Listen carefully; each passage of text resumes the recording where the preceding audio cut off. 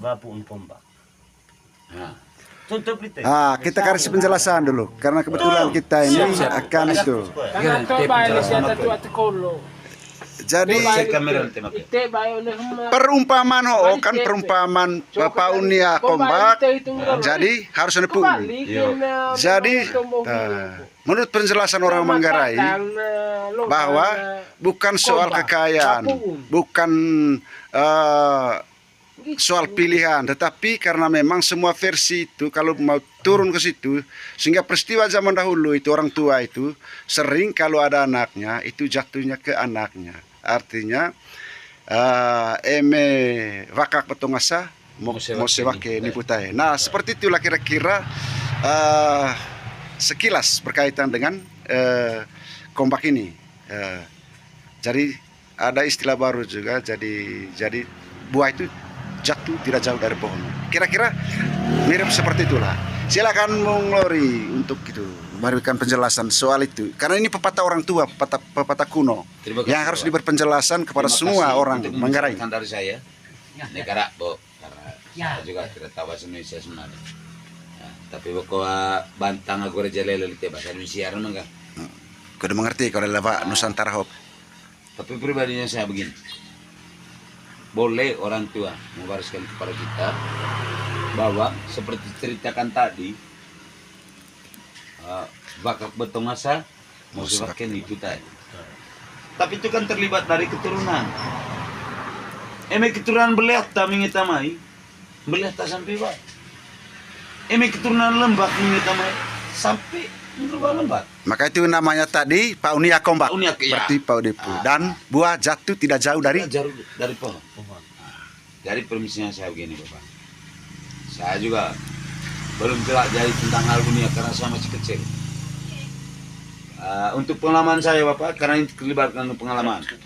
Pengalaman saya Bapak, saya masih anak 3 dengan istri 4. Berarti istri saya seperti saya punya anak juga. Karena saya membiarkan mereka itu. Saya ini hidup kekayaan di dunia itu bergaul dengan siapa-siapa, cari uang di mana-mana hanya demi istri dan anak. Siapa pertanyaan saya? Terima kasih. Menurut empodaku seperti apa kira-kira tadi itu? Tidak berlakukah di kita ini bahwa buah itu jatuh tidak jauh dari pohon? Kemudian Kombak itu bagi aku banyak mengurangi bahasanya dari apa ini? Itu yang dulu itu banyak tidak berlaku untuk pesan-pesan. Tapi konsekuensinya tentang kehidupan. Macam titipan dari nenek saya, versinya seperti itu. Tapi kehidupannya di dunia nyata ini. Artinya zaman ya sekarang. Zamannya. Zaman ini ada sudah berkaitan dengan itu. Sudah berbeda. Macam dulu kan zaman kuno. Ini kan zaman modern. Semua serba digital. Semuanya punya digital. Iya. Itu harus dibedakan. Macam nenek-nenek kita yang tahu tentang kehidupan kita sekarang. Ada yang bisa begini. Itu mulut. Itu mulut tak bau. Masih umur 20 tahun ada mobil. Sudah ada mobil ya. Contohnya. Umur 60 tahun zaman dulu belum ada apa-apanya. Sasarannya di kampung. Untuk membesarkan ITHP. Tapi kita harus membanggakan orang tua itu. Bukan kita mengurangi seperti itu.